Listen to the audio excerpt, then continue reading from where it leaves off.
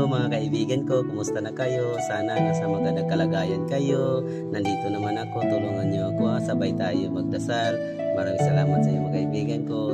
Sa ngalan sa Ama at sa Anak at sa Espiritu Santo. Amen.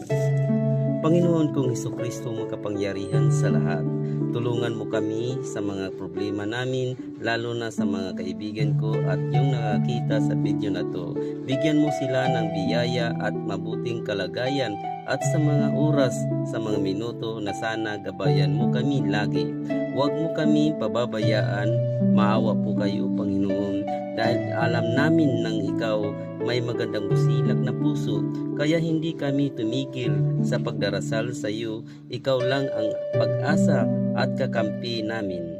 Inihiling namin ang lahat ng aming kasalanan. Papatawarin mo po kami dahil ikaw lang